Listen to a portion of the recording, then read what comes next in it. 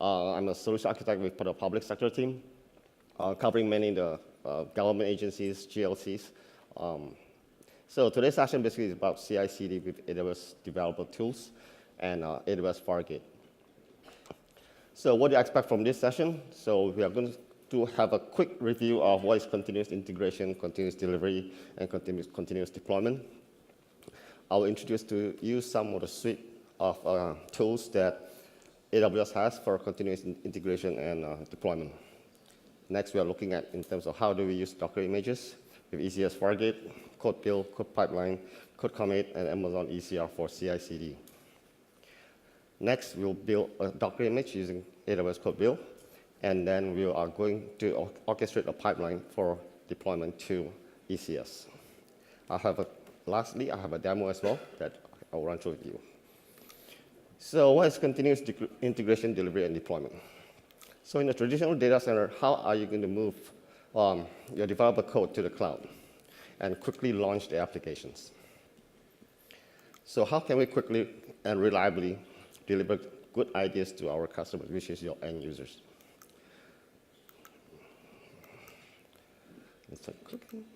Okay, so what are the goals?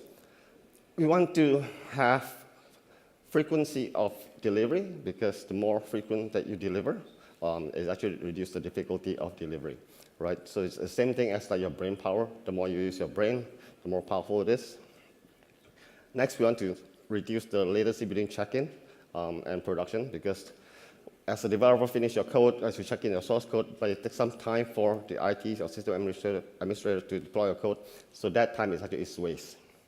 And we want to improve the confidence of your application delivery, so you want to have improved consistency between the applications, between the different revisions of the applications. So typically in a CI/CD, we start off with a source. So typically you will have like some sort of version control, like GitHub, SVN, VSTS, or what have you.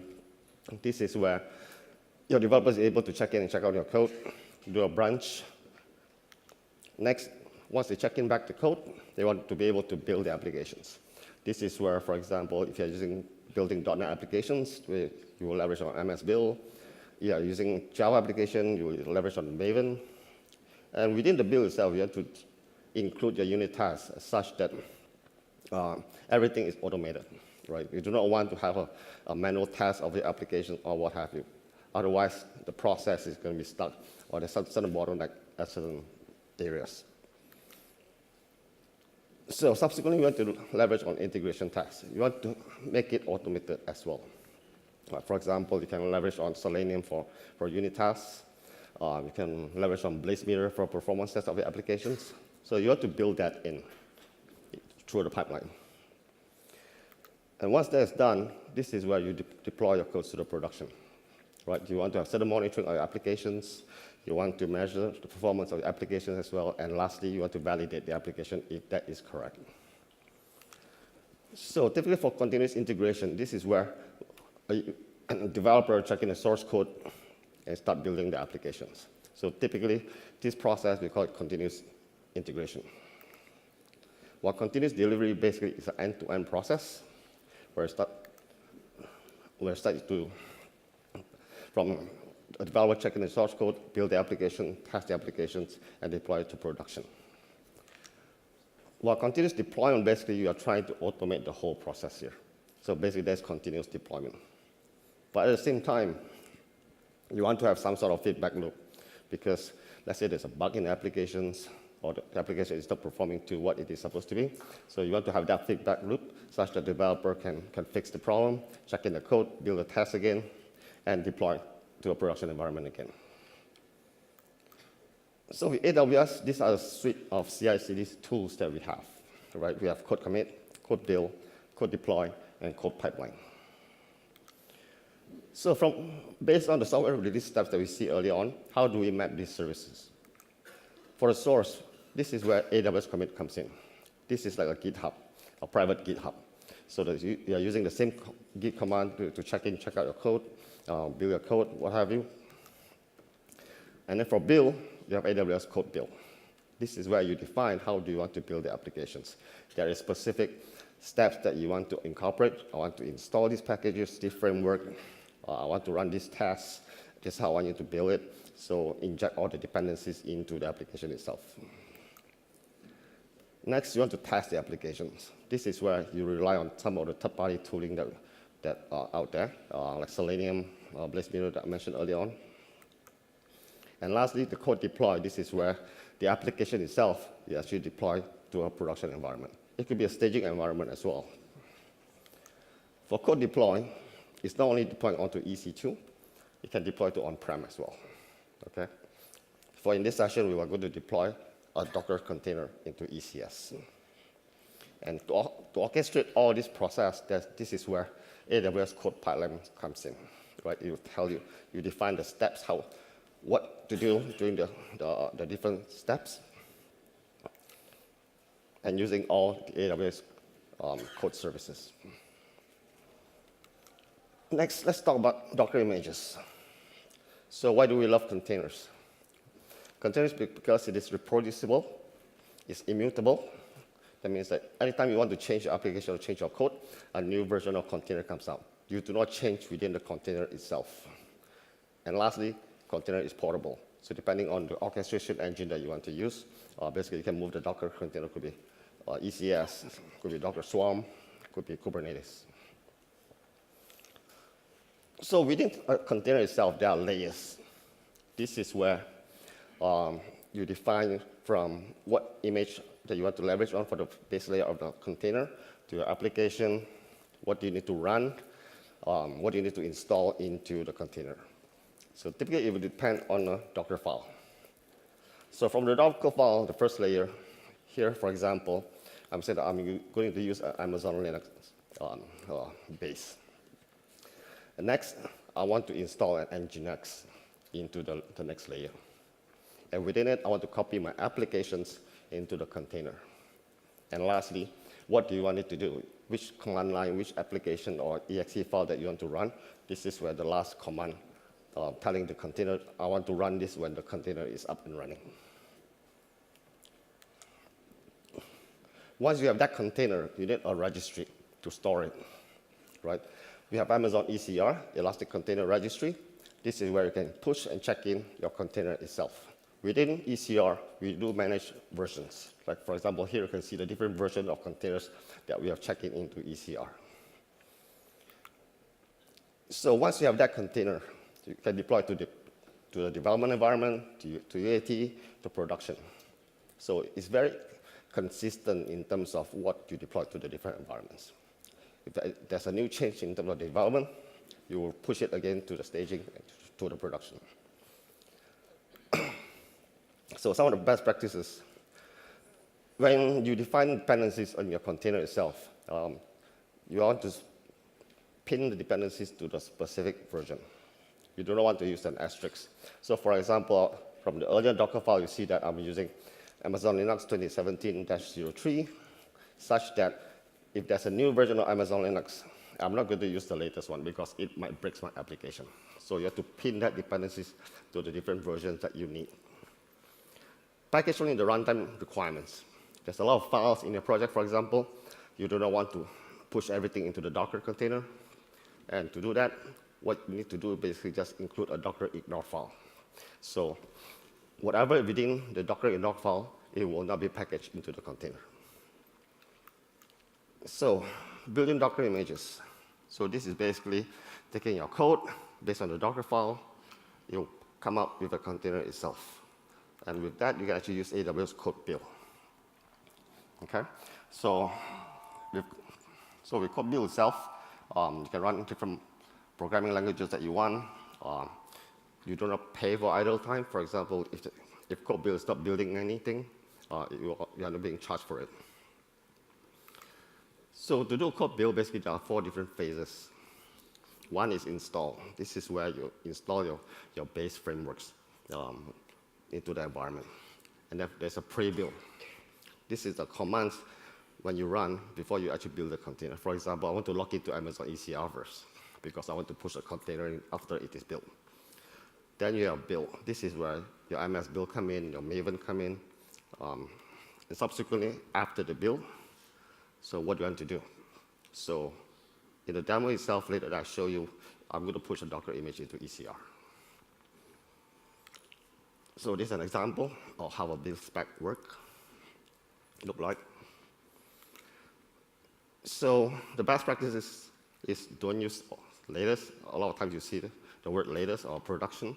You want to optimize the build speed. So that's why you do not want to include any files that's not necessary for runtime in the production. And how do you deploy the containers itself once it's built? It's pretty easy to deploy a single container or to a single host. So what happens, you have a lot of containers that you want to deploy to. So the challenges is, how is my host like? Does it have enough capacity to run my additional containers? So that are the challenges, and you have to monitor the host. So this is where we launched Amazon Fargate. Fargate basically is a runtime engine that allows you to deploy containers without managing the host. The host itself is auto-scaling. As you deploy more containers, the host will scale. As you undeploy containers, the host actually will scale down again. So with that, look at it. There's not much monitoring for you to do. Fargate basically is a launch type. So within ECS, you can launch Fargate as a launch type or EC2. So the difference is that Fargate, there's no host, there's no infrastructure for you to manage, there's no patching, there's no updates to the host. But with EC2, you have more control in terms of how you want to launch the container, right? Which placement you want to put. But of course, you have to monitor, you have to patch the EC2 itself. So running Fargate containers with ECS, you use the same task definition schema. This is where you define how you deploy the container. You're leveraging on the same ECS APIs to launch Fargate as well. You can actually do both on the same cluster. It doesn't mean that if I launch Fargate on ECS, subsequently launch type, I have to use Fargate. You can actually launch EC2 on the same cluster as well. So some of the best practices of launching ECS is that you always leverage on a load balancer, because ELB or ALB or NLB will actually monitor the health checks of the container itself. So it will tell you whether your container is successfully deployed. Or alternatively, you want to build a canary environment such that to make sure that I have a canary environment that is exactly the same as production. So every time I will test my new container on this canary environment first before I push it to the next stage to deploy to the production environment. So how do you build a deployment pipeline? A pipeline basically is the process of getting your software from code to the production environment. So typically you have a source. This is where you build. Subsequently build tasks into the process itself, then deploy into the production. So this is where code pipelines comes in. It integrates with most of the AWS services, as well as a third-party tooling as well. So for example, it doesn't mean that you have to use AWS code commit or CodeBuild. Let's say you already have a Jenkins on-prem. You can actually use Jenkins. We have integration point for AWS code commit, CodeBuild, and code deploy with Jenkins itself. So as such, you can work with some of the third-party tools that you have.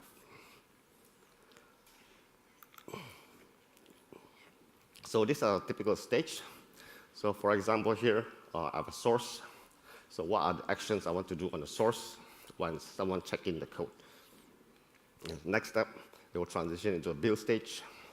You tell CodeBuild what do you need to build. It can be multiple parallel steps. It's not a single step. For example, I can say I want to build a code. I want to inject a unit test.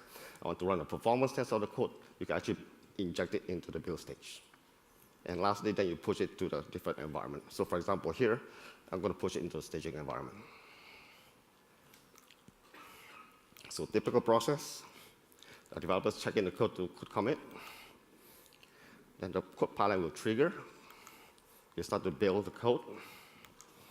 And push the images, the Docker container into ECR. And then it will push into ECS. Right? So this is a sample. Let's say like this is a serverless architecture itself. This is a mobile application as such that I'm just leveraging an API gateway. I'm using network load balancers. I'm using containers. I'm using the code suite of services to build. I'm leveraging Cloud9 IDE to basically to deploy to build the applications. So this is an example of a Cloud9 IDE, which I'll show you in a while. So these are the few steps that we include. Amazon to run containers, ECS is not the only way. So we actually have launched EKS as well, which is the Elastic Container Kubernetes Services. Fargate will be one of the launch type for Kubernetes as well. So with that, you can actually launch Fargate depending on what you are comfortable with, which orchestration engine you are comfortable with. You will use EKS or ECS. Okay, let's spend more time on the demo then. Okay, this is my console. So I have an environment I built, which is using the Cloud9. This is basically my IDE. This is a very simple application. I'm just going to build a Docker with Nginx. I'm going to push it. I'll deploy it into ECS. And subsequently, I'm going to add a change to the Docker container. And you can see that it is going to be built all over again and deployed onto ECS. So for example, here, this is the Cloud9 IDE. Right, this is how it deployed. This is a build spec that I have created. So for example, here, I'm going to log into ECR. I'm going to build the container itself. I'm going to push it into ECR. And then I'm going to deploy the Docker itself. So I'll build a Docker. I'll push the image. And we are done with that. So there's a Docker file. This is basically Nginx. It's just a simple Nginx website. I'm going to push it in. So let's go to ECS itself. I have a Fargate cluster running. Right. So I already have an existing container running.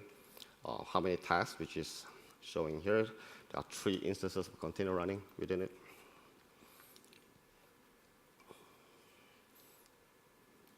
And there's a repository that is created.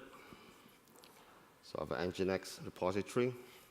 As you can see, it will maintain the different version of containers as I build and push into ECR.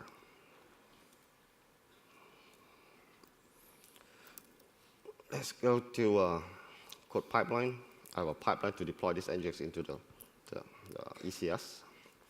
So for example here, instead of having code commit, there's an integration point with GitHub. So let's say all your existing artifacts are already on GitHub. You can actually start to use CodeBuild to leverage on it. So let's just see this. Next, you have a build. So from here, if I go to CodeBuild, I can see the different build that I have, how long it runs, through the different steps within CodeBuild, and whether it succeeded or failed. Okay. So next, we're going to deploy into an ECS container. So let's start by adding a file. That's a simple one. Just adding a file into this particular project.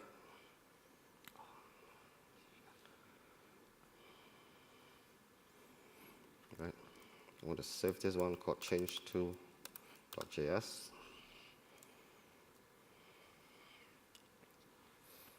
You can see this in full screen. So since I can see the status of my Git because I already added a file, so I can tell that I have a file that's being added in, has not been committed to the local repository. So what I can do is add the local file and check the status again. So it's been committed. There's a new file in the current repository. So what I want to do is push this or commit this.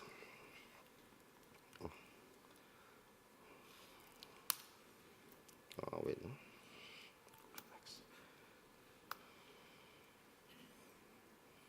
see.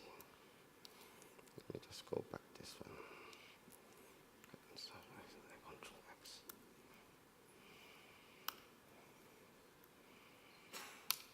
Okay, so I want to push this into the repository. This is basically it's a GitHub. So I have GitHub here. I can see here I only have change1.js. I do not have that file in GitHub yet. So I'm going to push the origin and the master back to GitHub.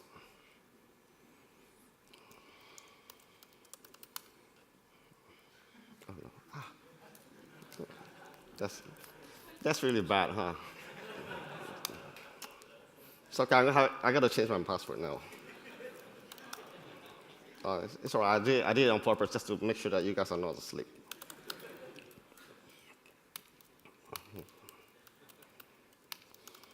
Origin master. No. I really got to change my password now. Okay. Okay. So now we can check the Git status again. Right. Everything has been committed. Let's go back to the GitHub and refresh this. Let's see. Let me just refresh this one as well.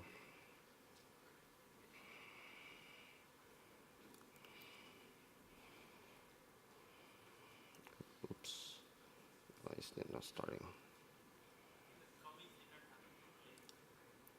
Yeah, I guess so.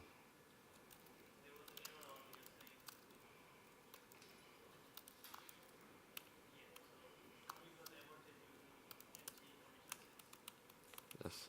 Oh, sorry, I didn't push it. Let me commit this again.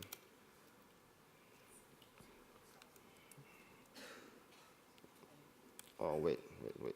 I know what. Okay. Git commit m edit change to .js.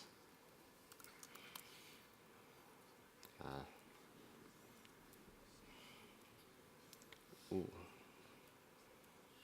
Okay, let me see. Let me get push origin again.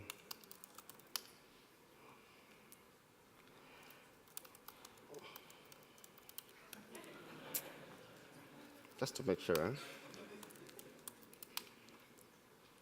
Okay.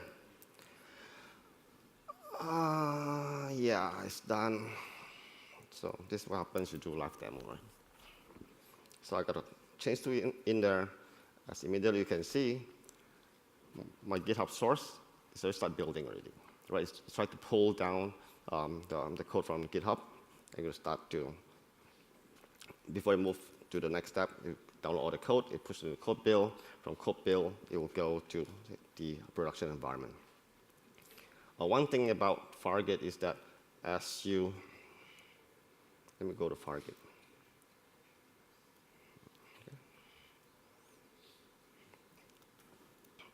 So how does Fargate actually deploy your containers as it is being pushed in? So the Fargate itself is actually fronted by an application load balancer. So as the containers start to build, as being deployed, you will see that there's more, it will take some time. You will see more containers actually being pushed, because by default, I've specified I need to have 3 tasks running, right? So as I deploy a new version, it will not take out the existing one first. It will deploy all the new 3 containers first, and with application load balancer, will start to drain the existing containers, as such that once all the connection is released, it will release the container back, basically taking out from the cluster itself. So typically, let's see on the status now. So now you can see that it's reaching the CodeBuild process. It will take a while. So as you can see, this is the comment I put when I commit the changes. I added a second change to the JS. Subsequently, it will start to build the containers. It will go to ECS, it will go to the new repository, and you will see a new version coming in. Let's hope I have enough time here. Okay. So pretty much, as you can see, just trust me, it will go to ECR, it will go to ECS. Okay, just going to take some time here. So with that, that pretty much concludes my demo. And